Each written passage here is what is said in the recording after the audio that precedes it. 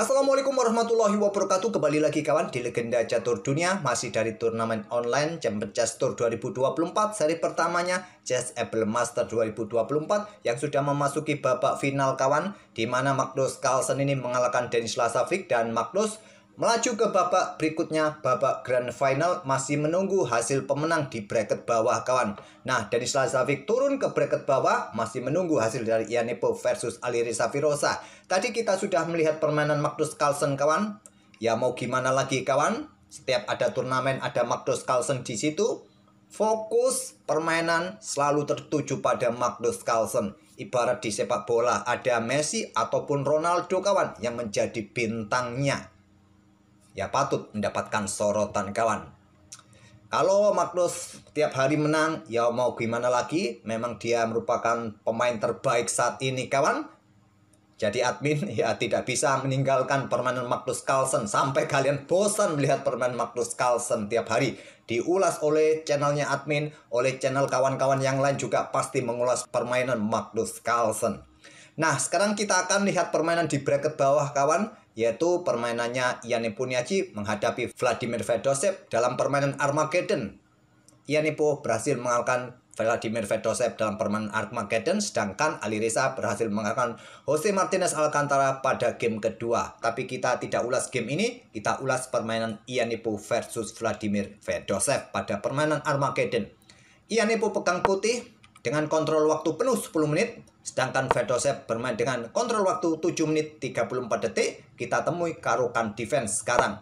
Pion D4, pion D5, pion E5, variasi pion maju dan pion C5, variasi yang jarang kita temui. Nah, ini memberikan kesempatan kita untuk belajar, untuk mendapatkan ide permainan yang jarang dimainkan oleh para pemain saat ada pion maju E5 ini kawan. Nah, ini adalah pertahanan bot Phoenix dengan pion C5, variasi yang dipopulerkan oleh bot Phoenix untuk ya melatih permainan pion maju. Nah, di sini langkah populernya adalah pion dipukul pion C5, kuda F3 atau Stockfish juga menyarankan dengan pion C3. Oh ya kawan, di turnamen ini chess.com hanya menggunakan Stockfish 11 kawan sebagai engine analisis papan permainan di turnamen ini. Tidak seperti biasanya di event-event yang lain, terkadang menggunakan Stockfish 15, 16.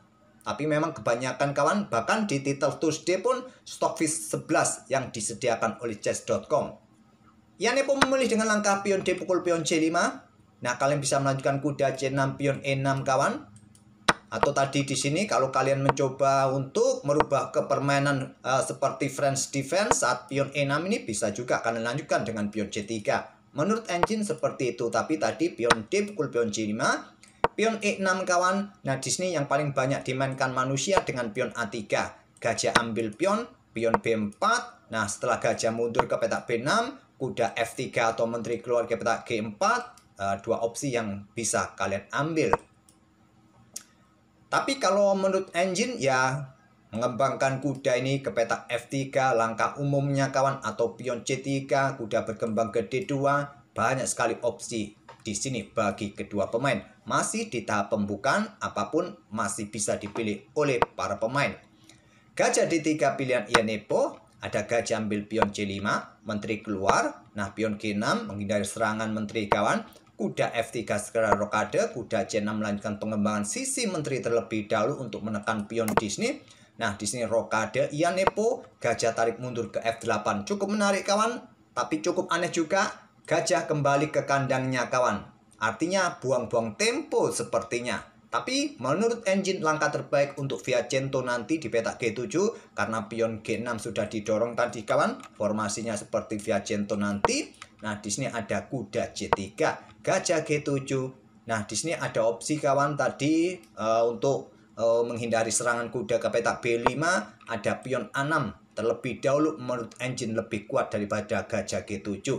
Setelah gajah G7, putih punya opsi kawan ke sini, korbankan pion di sini. Tapi memilih dengan benteng E1 terlebih dahulu, jaga pion. Baru sekarang pion A6, gajah G5.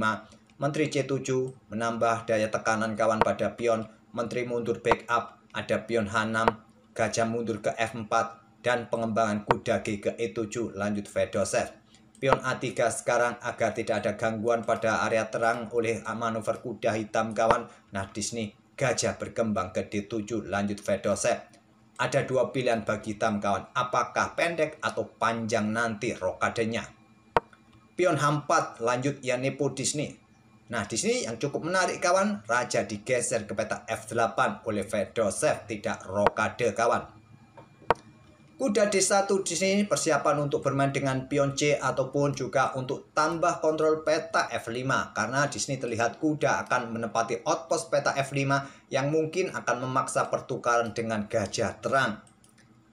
Tapi didahului oleh Fedosep langsung kuda F5, ini bentuk provokasi juga kawan. Kenapa tadi raja digeser? Idenya jika disikat maka pion G akan ambil lajur G terbuka. Memang pilihan terbaik untuk ambil kuda langsung inilah yang dipilih oleh Yanepo. Ambil balik oleh pion G, lajur G terbuka, tak perlu rokade, benteng nanti digeser bersama raja kawan. Di sampingnya nanti, nah kuda E3. Kuda E7 menurut Stockfish lebih bagus di posisi ini kawan. Atau menteri mundur ke D8, menteri ke petak C8, opsi terkuatnya. Tapi menteri B6 menyerang pion. Pion B4 atau tadi cukup satu petak juga bagus, lebih kuat menurut engine kawan. Nah kuda ke E7 sekarang pion C4 diadu, gajah C6 untuk persiapan ya mendapatkan diagonal terang panjang nanti di sini ke depan. Di sini pion didorong maju ke C5. Langkah terkuatnya langsung kawan. Di sini bisa bermain dengan pion H5 atau keluarkan benteng ini kawan ke lajur pusat atau sekalian membuka permainan di petak pusat. Banyak opsi yang ditawarkan oleh Stockfish. Lebih kuat langsung saja terima tapi dorong maju ke petak C5, mundur ke D8 menteri. Nah, di sini Stockfish menyarankan keluarkan benteng tapi memilih blokade kawan dengan kuda D4 agar pion ini tidak didorong, diagonal tetap tertutup. Gajah ke A4. Di sini ada pion H5. Ada benteng G8 lanjut Fedosep langsung ingin membuka serangan di lajur G kawan. Tapi terlihat kurang kuat, tidak presisi menurut engine. Raja yang digeser ke G8 kawan, malah yang lebih kuat. Tapi benteng G8 diikuti dengan langkah menteri bergeser ke F3 untuk menghindari discover. Nah di sini ada menteri naik ke D7, benteng A2. Diikuti kuda C6 menantang pertukaran. Ada benteng D2 pertukaran kuda kawan agar gajahnya kembali ke petak C6. Nah aman, tidak ada gangguan kuda lagi. Tapi benteng ini kawan memang harus menjaga lajur D ini tetap tertutup. Memang kawan dalam teori prinsip pembukaan ataupun pertahanan di catur, kuda merupakan salah satu perwira yang sangat bagus untuk memblokade laju pion lawan kawan ketimbang perwira yang lain. Oleh karena itu langsung sikat kuda di petak D4 ambil balik oleh benteng, gajah C6 diikuti raja bergeser ke H2 persiapan bermain dengan pion G-nya. Benteng siap digeser juga ke lajur G. Di sini ada benteng E8, pion G4, dorong pion F6 balasan dari Fedosep. Nah pion G pukul pion F5 kawan. Memang terlihat di sini ada ancaman garbuan jika dilanjutkan dengan langkah pion seperti ini. Tapi yang bahayanya di sini kawan, menteri siap melakukan discover juga. Bisa dorong pion ataupun langsung pion F pukul pion E6, tapi yang lebih kuat dorong pion kawan. Kembali lagi ke langkah aslinya. Jadi dengan pion E pukul pion F5 terlebih dahulu, Stockfish menyarankan korban pion di sini untuk membuka akses gajah bermain di diagonal ini kawan. Tapi memilih dengan cara membuka diagonal untuk mendapatkan materi juga dengan pion E pukul pion F6. Gajah ambil balik. Nah di sini gajah bergerak ke D6. Posisi benteng dalam ancaman kawan. Nah di sini juga posisi benteng di belakang ini juga dalam posisi kena pion kuda yang di petak E3. Setelah raja bergeser ke G7. Nah di sini ada opsi kuda ke petak F5. Ambil pion, temponya skak. Nah sekarang kawan ada dua benteng yang ditawan oleh hitam. Gajah menawan benteng petak D4 dan benteng petak E1. Nah logisnya benteng pukul benteng pilihan terkuatnya, tapi memilih dengan langkah kuda ambil pion H6. Yanepo memilih untuk ambil gajah di sini. Tentu saja benteng ini disikat untuk menghindari juga ancaman menteri kawan. Kemudian kuda ke F7 skak. Nah di sini kawan salah langkah Fedosep, memilih amankan raja. Apa langkah terbaiknya kawan di posisi ini? Langkah terbaiknya korban menteri kawan di sini. Nah, pertukarannya kalian mendapatkan kompensasi masih punya sepasang benteng ditambah 2 gajah. Coba lihat diagonal ini cukup bagus bagi dukungan serangan kalian nanti. Gajah siap reposisi untuk juga membantu pertahanan. Ambil contoh di sini, menteri ini bergerak ke petak F4, ancaman skakmat 1 langkah, ancam gajah, gajah mundur kawan. Kalaupun ada serangan pion di sini, ya tinggal bergerak saja ke petak A1, tetap menjaga diagonal gelap panjang. Pion siap didorong dan membuka akses juga bagi gajah terang dukung benteng kalian melakukan ancaman. Hitam akan tetap unggul kawan, tetap menang dengan korban menteri sikat kuda. Tapi salah langkah, raja naik ke petak H7. Benteng pukul benteng E8 ambil balik oleh benteng, menteri bergeser ke D3 mendapatkan ganti di sini kawan. Raja ke G8, salah langkah lagi kawan. Apa yang terkuat dengan blokade benteng di sini? Memang benteng ini jatuh kawan di langkah berikutnya, tapi permainan dirasa akan sedikit level di sini kawan. Kita temui permainan gajah gelap versus gajah terang plus menteri. Engine menilai permainan level dan bisa berakhir miss. Ini memberikan keuntungan bagi hitam yang hanya butuh hasil remis kawan. Fedosep pegang hitam hanya butuh hasil remis. Nah, di langkah ke 37 ini kawan, kontrol waktu kedua pemain sudah mulai ya mendekati titik kritis kawan, di mana Yanepo sudah di bawah 1 menit, sedangkan Vladimir Fedosep ini 1 menit 56 detik. Artinya kontrol waktu berbalik kawan. Hitam unggul kontrol waktu di sini. Armageddon tidak ada incrementnya kawan. Raja mundur ke G8 memberikan kesempatan menteri bergerak ke G6 skak. Blokade oleh gajah, ada pion yang memaksa menteri ambil kuda. Di sini ada langkah yang lebih kuat ketimbang pion didorong maju kawan, yaitu kuda G5. Yanepo melewatkan langkah kemenangan lebih cepat. Ancaman skakmat tak terhentikan. Coba lihat, raja tidak bisa ke ruang gelap saat ada menteri ke petak H7 kawan.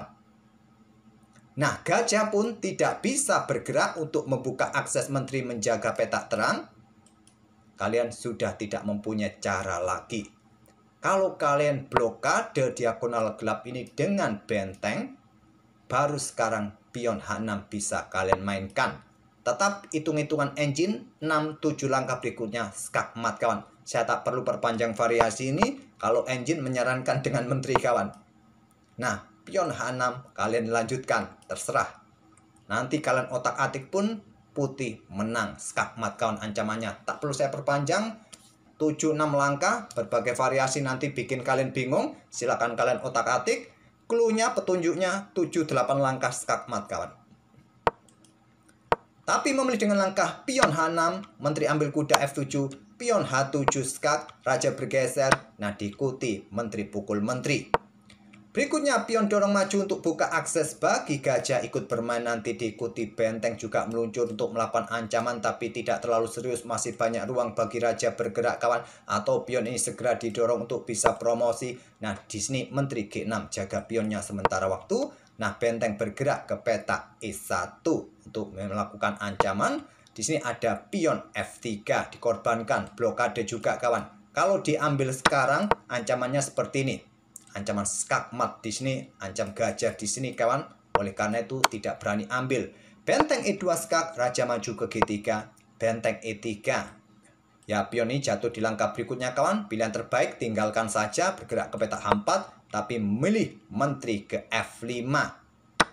Benteng ambil pion A3, pilihan terbaik, diikuti menteri C8 skak. Raja ambil pion H7, menteri H3 skak. Raja ke G8, menteri ke E6 skak. Raja ke H7, diikuti gajah E5 menantang pertukaran perwira. Benteng ambil pion F3 skak, raja maju. Dan pertukaran gajah gelap yang sulit dihindari lagi. Pion dalam ancaman didorong maju ke D3.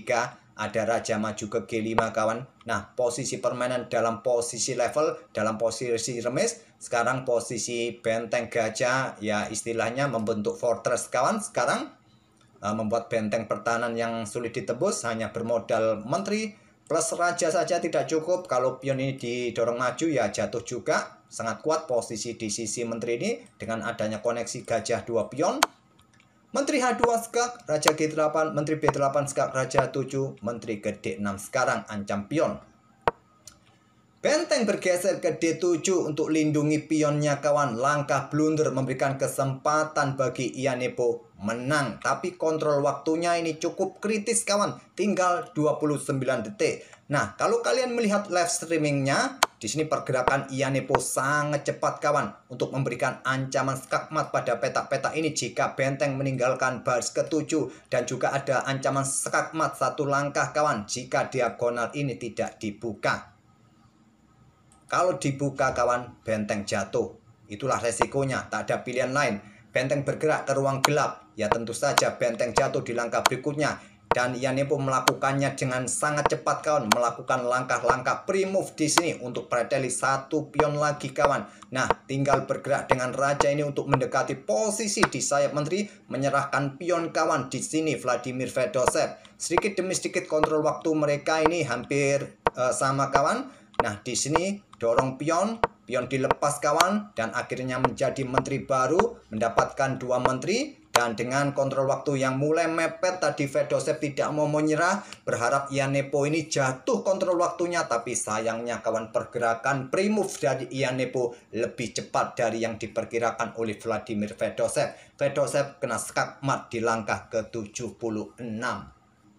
Oke, terima kasih sudah mampir tiap hari kawan. Semoga ide permainan bot Phoenix Defense dari Karukan Defense bisa jadi bahan referensi kalian. Kita akan bertemu di video-video berikutnya. Terima kasih. Wassalamualaikum warahmatullahi wabarakatuh.